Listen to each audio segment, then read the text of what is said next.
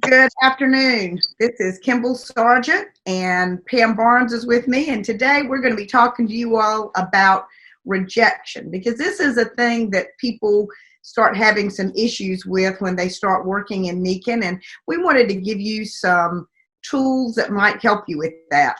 And so we're going to be talking today about family rejection, and then a little bit more about just the idea of rejection when you are in sales. And Pam, you're going to start talking to us about the family piece. Pam, you're muted. Okay.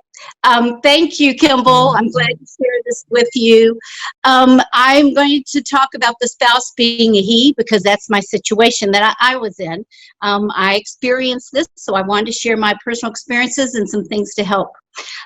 First of all, when you have this in your heart, you need to sit down in the dyad position with your spouse. No children running around or anything like that. Now, this is knowing that he is not being real supportive. So the dyad position, if we know from humans being more, is the chairs and they're put together this way and you look at each other. And you need to tell him, explain to him that you have this in your heart. And that you've seen improvements in so many people that you've shared this with, and in the family unit is the one you want to focus on, and that you know that there is a plan for you. It is relationship marketing. So remember, the relationship you must have is with your spouse and your family. That is number one. You're going to be creating a lot of outward relationships in this, but make sure that your family knows that they are the most important ones. Children have a weird way of thinking about things as you're talking about all these other people you got to meet. So tell them you like them, love them. And remember, it is also partnershiping. You have business partners, but you have a partner in Meekin. Probably that person is on your distributor form. Then you are to ask them their thoughts, not their opinions. Okay, what are your thoughts? Don't tell them they're wrong. Always thank them and say, you have a good point, dear. Now, you step back and you do what you want and you feel how you want if you are the one driving the business, which probably you are, and decide what you want to do. It's a Venus and Mars situation here, okay? Women feel it. I knew when I walked out of that meeting with a wrist wrap on, now I just wear a bracelet, and I turned that key to get into the car back 22 years ago, I knew that God had expanded my profession and that he wanted me to go talk to people. So if you're a family of faith, tell him this is the path God put you on. I knew it was for me, okay? So share that. Stay compassionate. Remember your personal improvements, okay? That maybe it's your mother that got you in her change, or your father or your child, or a good friend. Remember that driving force. I had two big ones, myself and my son, and they were pretty darn big. And 22 years later, it's still wonderful. Explain how it fulfills your helpfulness or mothering. Women have that instinct. Men don't truly understand that. They're glad they have us for that. But explain that part. You will be helpful to those that you meet. And in earning income for your family, you get to be a part of the contribution more than just working around the house and the children. My goodness, $50 from one waterfall. If you sold one a week, you'd have $200 that month, and you could do it as you will. Plus the tax benefits, okay? The gas costs, the laptop costs, your cell phone gas, you got to look at all of that. And you can even write off your babysitting. Make sure you log it and talk to your CPA to see if you qualify. But all of those things were going to help us. In fact, they gave us money, and that was our vacation fund. So the family got in on that part because we had a refund from the government and we could use it. And I chose that we were going to use it that way. You want the family working together, and you want his support. You need to ask for that support. Don't judge them, okay? They do what they can do. But be present. Turn off your cell phone at dinner time, okay? Make a promise that you're going to work this into your family life without changing anything. If you're the one responsible for the laundry, keep being responsible for the laundry, okay? And get that done. Have your meal times planned out. and instructions. Even set the table if you're used to having family time and you're not there, because you need to talk to him. May I have 2 nights a week? That's what I asked for, and 1 Saturday a month. And that's how I worked my Niken things. Now, at dinner time, when you're there with the family, turn that cell phone off and focus on what's going on. Most of the calls are recorded, so just keep a list of the ones that you really want to listen to and go back and do those. When you have events at your home, plan something for the family that they want to do. Okay, they can be in the basement. You want people to know that you can work this from home very easily, or you can have outings for them to do. I found a karate class that was on the night that we had our wellness previews, and so my son and his dad went to the wellness previews. I made sure I was home in time to read that bedtime story because I didn't want to lose that aspect. When they come back from their event that they're doing, just as you want to share what you've done, listen to what they did. Be present there again. Listen, give them time. Keep doing what you've always done, like going to ball games. I've shared so much at Sam's sports events with parents. They're sitting there and they're rubbing their back because they're on metal bleachers. I had my Mag Boy, and I would ask them if I could take that discomfort away, and then that got their attention. I'd have my MagFlex in so I could show them, hey, look. So as you're sharing and talking and you come home with a smile and you talk about what your client purchased, okay, if they didn't purchase anything, talk about what you learned. Maybe what you learned is that you're really blessed that you have such a healthy family. So you also want to share that with them. Niken puts money in the bank every Friday. That's a nice thing. And once a month, I would cash the check, had the cash out on the table. Then it really became a family thing, okay? I'd even give them a cut of stuff. Sam would make flyers for me, and I would pay him for that. He even did one of the first water PowerPoints ever out there, and before Niken was making them for us, and I paid him for that too. As far as your husband goes, always, always ask him to join you, okay? And whether it's convention, I hope you have a grandma or somebody to take care of the kids, or, it's at a group meeting where he can hear others and watch their excitement. Not that that's going to be the ticket, but you never know what's going to connect the dots, and they're going to really get excited about it and say, hey, I'm in. Be grateful for his help. Whether you think he's been helpful or not, you need to be grateful for his help. Okay, the other thing is sometimes I do orders at nighttime, and at night, then I would, if my husband kind of fell asleep on the couch most of the time, I would go down and do my orders, and I wouldn't wake him until I was ready to go to bed. Giving those hugs and kisses. So due to the products, my husband could not deny that I was back to the person that he fell in love with. So even though the support wasn't there at that point, he knew that I had a difference in myself and that other people needed it. So it was kind of like my friends put me in business, but yet not all of them supported what I was doing. Okay, did that hurt my feelings? Yeah, it did. But you know what? It was okay because I knew what I knew, and I knew the Niken products had given me my life back. And I was not going to stop using these products and stop sharing these products because they didn't want to support me. I'm not in the convincing business either. If I was sitting down with people, sharing with them, and I saw that this really wasn't going, they were kind of, being a little bit on the other side of the fence, I would just say, thank you for allowing me to come into your house. I really appreciated getting to know you, see your home, or buy you a cup of coffee. And I just can kind of tell this maybe isn't for you. And that is absolutely okay. Would you like to keep the material I brought, or would you want me to take it so I can pass it to somebody else?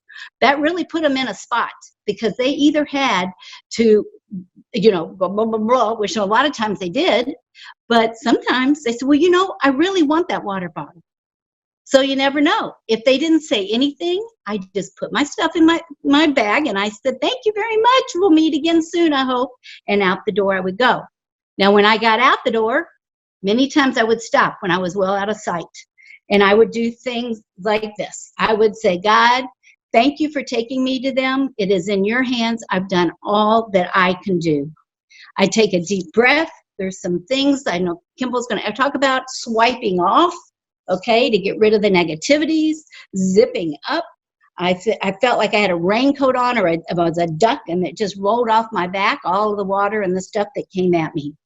So do not let it penetrate you, and do not let it get into your mind. Always say to yourself your I ams, okay?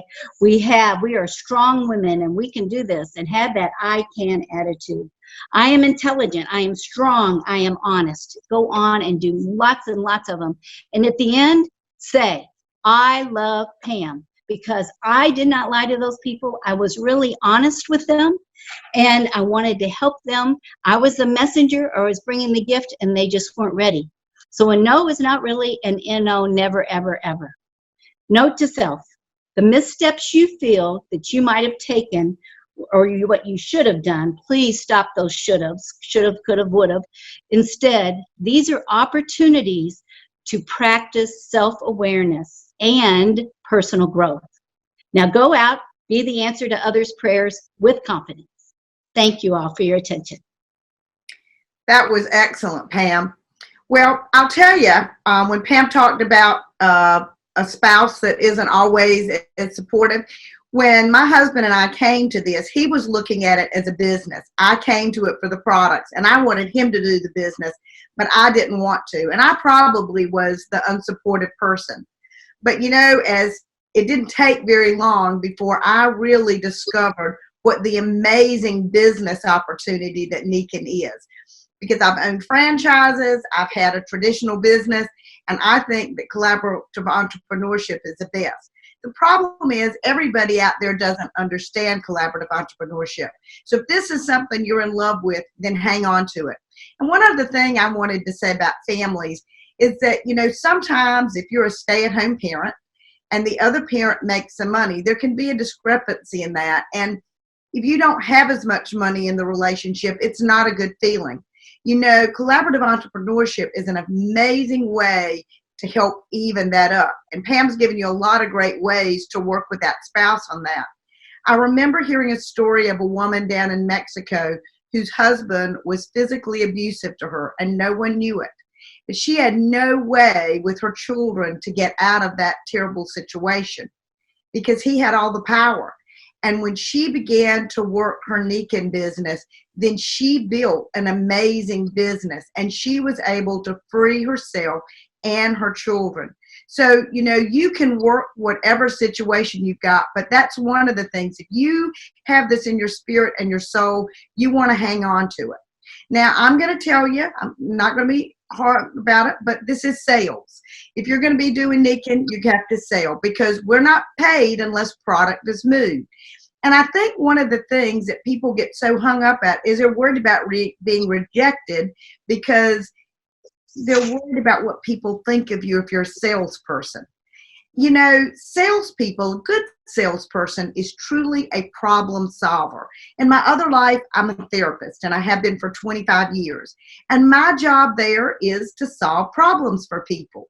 Well, a good salesperson talks to the person, finds out what they need, and then offers a solution if they have one. And if someone doesn't want it, it's okay. But if you have a bad idea about what sales is, that'll be a little hard. You'll feel like, there's one of those. And I'm going to tell you, at one point I felt salespeople were those little slimy people.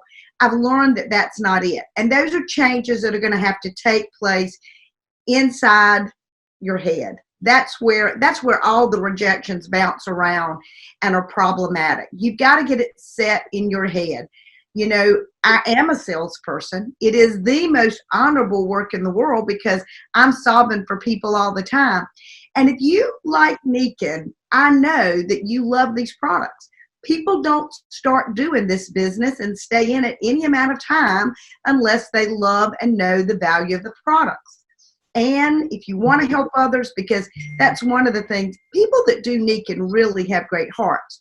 Well, you can't help others unless you use that heart to share it and sell it. So you want to work on what your belief system is about sales. And maybe that is getting up every morning and writing, I love being a salesperson. I change the world every day. You make your mantra and you say it over and over again. And as you do, it will become a part of you. And when you feel it right down in your heart and soul, then you'll be good about it. Your kids ask you things all the time and you say no and they don't stop loving you. You probably tell your spouse and your other family no and they don't stop loving you. Oh, on the thing on family, I'll just say this. When I have a new consultant, I tell people, talk to your friends and family first. They will be your coldest market because they know you and they know you as X, whatever you are. My family knew me as a therapist. What in the world did I know about magnets? Now, 14 years forward, my father was a researcher. And when I got into this, he thought I had really fallen and hit my head. But now at 85, he calls me up anytime he's got a problem and he says, well, what is it that you have for so-and-so? The doctor wants me to take a medicine. And if you've got something else, I'd way rather do that because you can usually help me. So hang in there. Don't give up. Don't vomit naked on them constantly, but just offer it and keep going. And just know you have a great business. You have a great solution. Now, if you're brand new, this whole thing about rejection is harder because if you've never seen yourself in sales and you're worried about people saying no, if you make a list and you've got 5 people on it and you call those 5 people and 4 of them say no, even if one says yes, when you hang up that phone, you're going to be, you will hold your head down. You'll be like, it's over. So when your sponsor tells you to make a list of 100 or 200 people, make it. Don't even have to know their last names or anything. If you call 5 people and there's 195 to go, you're in great shape. The numbers really matter. I would suggest that you Google the number of people in your town, the number of people in your state, the number of people in your country, and then you can do the world because business is done worldwide. If one person says no and you've got another million out there to talk to, then there's not really anything to worry about. Again, it's up here. It's a mind thing. Now, this company has an amazing workshop called Humans Being More. I'm very proud of it. Our founder, Mr. Masuda, knew right from the start that people needed personal development. And this is how into this he was. When he started the company, he called a man named Larry Prophet, who actually designed Humans Being More. And he asked Larry to create a personal development course for everyone that came in the company. Now, they didn't call it Humans Being More then. It had a different name. But he realized that you developing the correct personal mindset was what was going to be key to your success. Every salesperson has issues with rejection. It just is most people have. Think about dating and anything else. People are brought up with this idea if they don't like to hear no. So he developed this course, and then through the years, it changed to Humans Being More. So the company has a way to educate you so you develop that belief within yourself. Then you've got the names of these people. Another thing is, if you call up Betty, your good friend who's known you for years as a school teacher, and you say, Betty, I found this company and they have magnets and great. And she goes, you teach English to 5th graders. Yeah, but I love this. But if you have someone that in the company that was a school teacher before, and now they've been doing Nikin for 10 years, and you and she talk to her on the phone, that person relates to her and she goes, wow, you've been doing this 10 years? So it's utilizing the people that are in here. I'll be honest with you, I've been doing this 14 years, and I would much rather introduce someone else on the call and let them do the talking, or have someone with me when I go to talk to someone. There's an old saying, there's safety in numbers. Well, it really does help with courage. And then you don't have to worry as much about the rejection.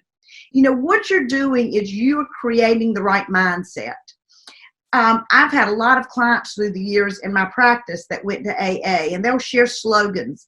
And there's one called that says, it's none of your business what other people think of you. And it's really true.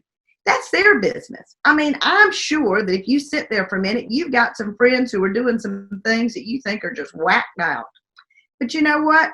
They don't really need to know that. And They can do it whether you think they're whacked out or not. So it's okay if someone else doesn't believe in it. You have to believe in yourself. So any of you out there that are doing Nikin and you haven't been to Humans Being More, it's a great opportunity. It's $100 to go, and you get $100 back in product after you've attended. So look on the website and find out when it is. And actually, if you're a consultant, you even get 100 points for that. So that's counted in to help you get to your next level. Nikin is an amazing opportunity. I sometimes say that it is a personal development course that masquerades as a business. We get to change people's lives mentally and physically. This is great. So one of the things we do is whether someone decides to do this forever or for a short period, they can develop a belief in themselves and get over rejection. Would that not be one of the best things? I mean, I can tell you that can cost a lot of money in therapy. And here, this is a way that you earn money while you're developing that muscle that shields you against rejection. So sit down, get your mantra, get your name list. I suggest 200 names. Call your sponsor, set up some calls, and go out there and change the world. My favorite quotes from Margaret Mead: never underestimates what a small group of committed people can do. They can change the world, and in fact, they are the only thing that ever has. I'm hoping that Pam and I have given you some ideas today to help you change your world. And we have a list of common no's that you'll be able to get your hands on. I think Pam's got a copy of it, but we're going to have that where you can get it, and it will, there you go. And if you see all of those no's and you can say yes, you're ready. There was actually a program called Go for No that you have to get so many no's in a day.